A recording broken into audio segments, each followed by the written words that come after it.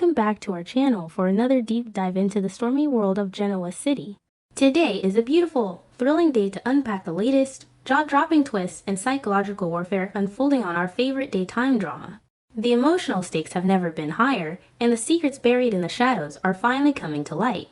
Let us jump straight into the heart-pounding revelations. The vibrant, chaotic energy of New York City serves as the perfect backdrop for the intense emotional unraveling of Claire Newman and Holden Novak. They have traveled to the city under the heavy, suffocating cloud of Malcolm Winter's medical crisis, but the true storm is brewing within Holden's own tormented mind.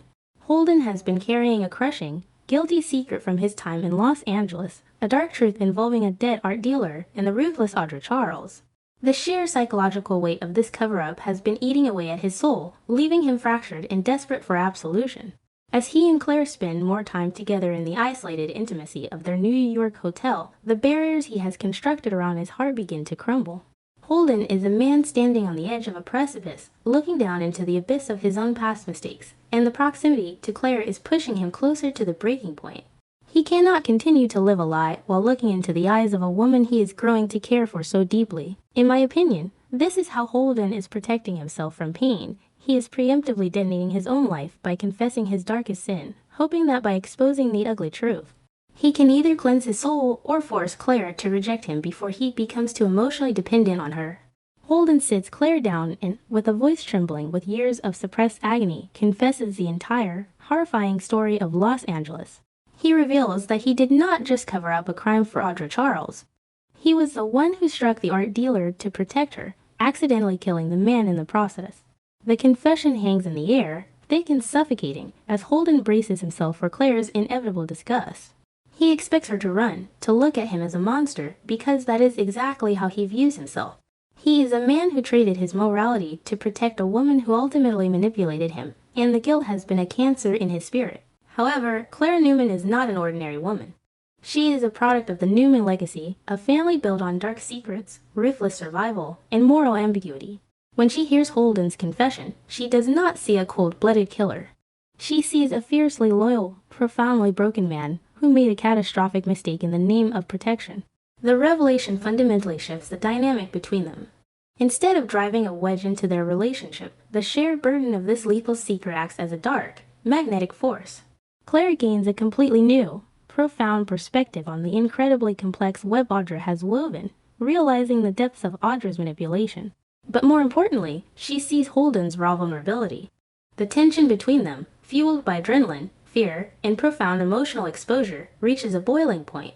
Unable to resist the intense, primal draw of their shared trauma, they succumb to their desires.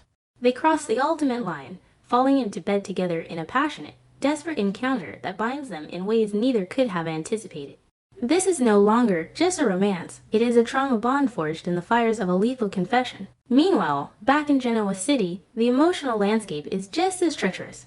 Nikki Newman is standing her ground with an unwavering, ironclad resolve against her husband, Victor Newman. The Newman matriarch has weathered decades of Victor's ruthless machinations, his corporate warfare, and his borderline sociopathic need for control. But his recent actions have crossed a fundamental moral boundary that Nikki simply cannot ignore. Victor orchestrated a deeply disturbing, highly illegal kidnapping plot against Jack Abbott, tossing him onto a yacht with the severely psychiatrically unstable Patty Williams. For Nikki, this was not just another business tactic. It was a grotesque violation of a man she has loved and cared for deeply throughout her life. Victor's complete lack of remorse, his chilling justification of the act as a necessary means to an end, has left Nikki feeling physically sickened and emotionally alienated.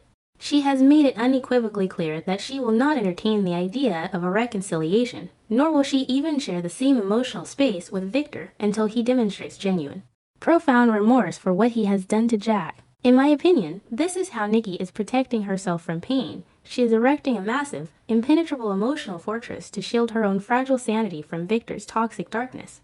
Knowing that if she condones this level of cruelty, she risks losing her own moral compass and slipping back into the destructive coping mechanisms of her past. Nikki is fighting for her own soul just as much as she is fighting for justice for Jack.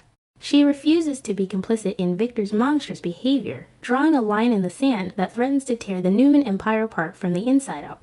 But Nikki's heart is simultaneously being ripped in another direction by an even more urgent, life-threatening crisis. her son, Nick Newman. Nick is drowning in the suffocating, lethal grip of a severe fentanyl addiction. The trauma of his recent experiences, the physical pain, and the psychological torment inflicted by Matt Clark have driven Nick to rely on opioids just to survive the day. Nikki, who knows the agonizing, soul-crushing reality of addiction intimately from her own battles with alcoholism, is desperate to save her son. She approaches Nick with the raw, bleeding heart of a mother terrified of burying her child. They share a highly tense, emotionally explosive conversation where Nikki pleads with Nick to check into a rehabilitation facility, to focus entirely on his recovery before the drugs stop his heart permanently.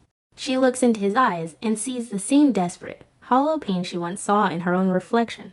She begs him to let the family help him, to step away from the chaos and heal. But Nick is entirely consumed by a different kind of poison, an apocalyptic, blinding rage directed at Matt Clark. He cannot hear his mother's pleas because the roaring in his ears is the sound of his own demand for vengeance. To make matters infinitely worse, the situation has just escalated to a catastrophic degree.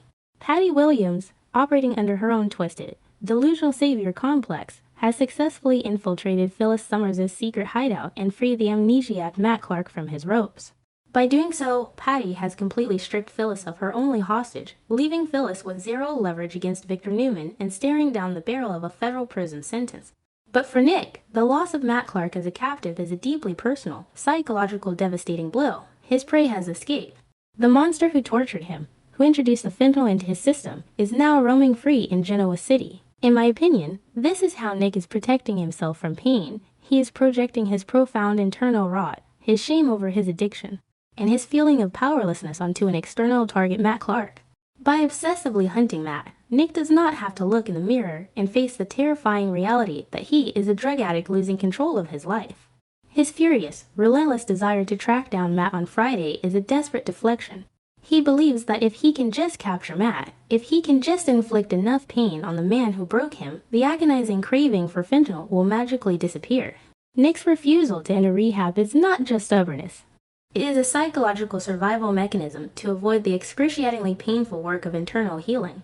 He would rather die fighting a monster on the outside than face the monster living inside his own veins. This brings us to the tragic, deeply flawed machinations of Jack Abbott.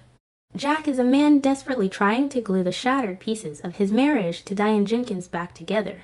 Diane has been profoundly traumatized by the sight of Jack and Patty Williams, a visual that triggered all of her deepest insecurities and historical traumas. In a desperate bid to prove his loyalty to Diane and cleanse his life of toxic influences, Jack makes a terrible, catastrophic decision. He decides to completely cut ties with Patty Williams, forcefully and unequivocally ending their bizarre, manipulative alliance. Jack believes he is doing the right, honorable thing. He thinks that by casting Patty aside, he is demonstrating to Diane that she is his one and only priority, hoping this grand gesture will secure his marriage. In my opinion, this is how Jack is protecting himself from pain. He is utilizing a surgeon's scalpel to cut away what he perceives as a tumor in his life, willfully ignoring the fact that Patty Williams is not a rational player, but a highly unstable, deeply obsessive psychological powder keg. Jack thinks a clean break will afford him the peace he so desperately craves, shielding his fragile heart from further marital strife with Diane. However, he is severely underestimating the depths of Patty's madness. Patty does not process rejection like a normal human being. She processes it as a profound, violent betrayal. By abandoning her after she felt they had forged a deep, emotional connection, Jack is not solving his problem, he is igniting a bomb. Patty, who has just proven her cunning by rescuing Matt Clark and outsmarting Phyllis Summers, is now a woman scorn, armed with an amnesiac weapon in Matt, and fueled by a terrifying, delusional rage. Jack's attempt to save his marriage has just placed a massive, lethal target on his own back, as well as on Diane's. The fallout from this single, terrible decision will undoubtedly send shockwaves of terror through the Abbott family, proving once again that in Genoa City, trying to outrun your past only ensures it will hunt you down with a vengeance.